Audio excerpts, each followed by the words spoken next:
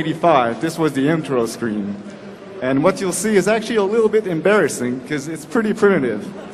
So we started with the StarCraft 1 units. We didn't have any new units.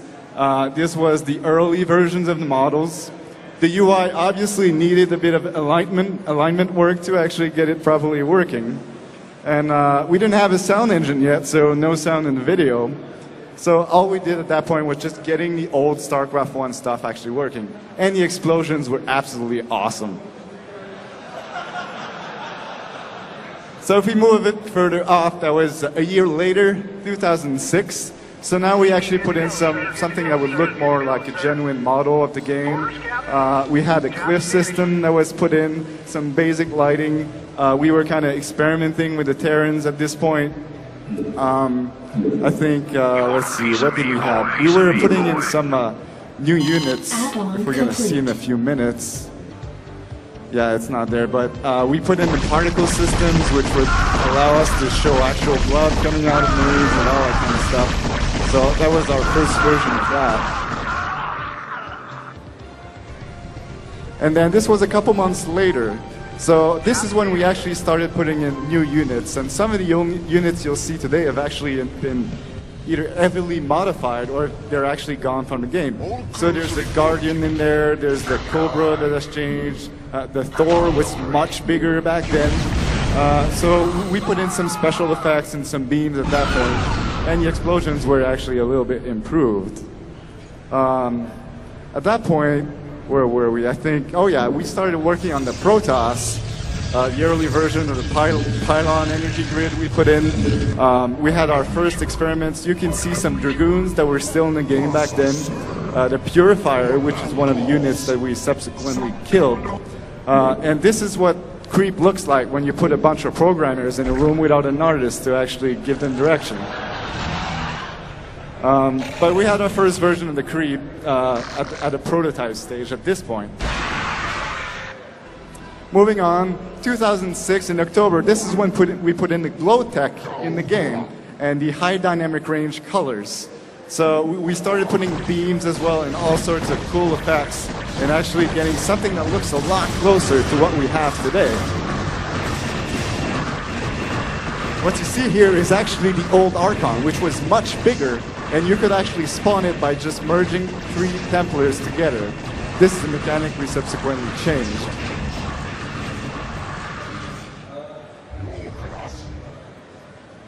So this is an actual much closer version of the Creep that we actually put in later. If you look in the video, you'll see it was actually reflective.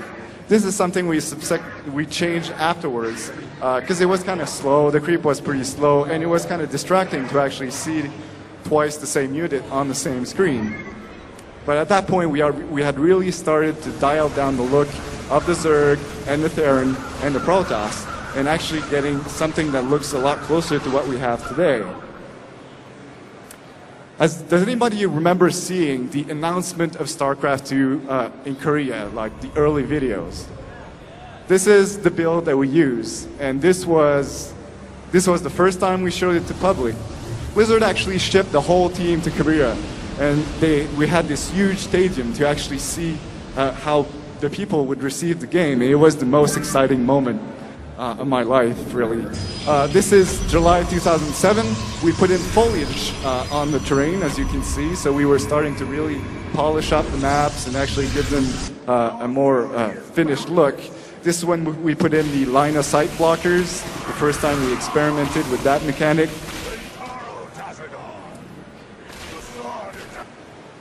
And then a few months later, October 2007, we put in scorch marks underneath buildings, kind of little polished items to really kind of anchor buildings to the terrain and actually give the final look for buildings. So at that point, we were actually quite close to the look of the game that we have today. But this was 2007, so you're probably wondering what the hell have these guys been doing in just 3 years between shipping. Well, we optimized the game, and we fixed some bugs, and we worked on the single-player campaign. That was 2008. And then in 2009, we optimized the game some more, and we fixed more bugs, and we worked on the campaign some more, until 12,000 builds later, we ship version 1 of StarCraft that we have today. So let's move on to Swarm.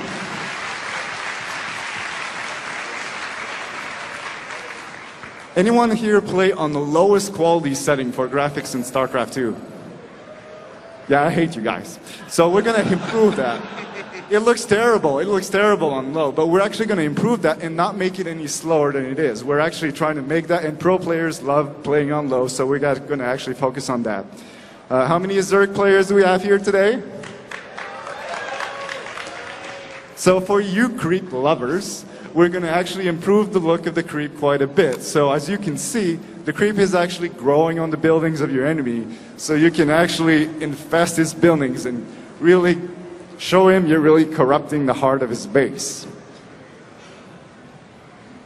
Another thing we're going to be working on, there's a lot of units in the Zerg race that have snake-like movements. So we've built this animation system that will automatically generate all these snake movements. This is something the modders could use if you want to make your own train of Marines or whatever that looks like a snake.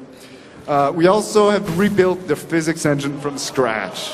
So now you can humiliate your enemy in a lot of various ways. In slow-mo, nice. So modders could also use the physics to do whatever they need. If, for example, you want to make a Marine Rain spell, it's raining men. So these are just some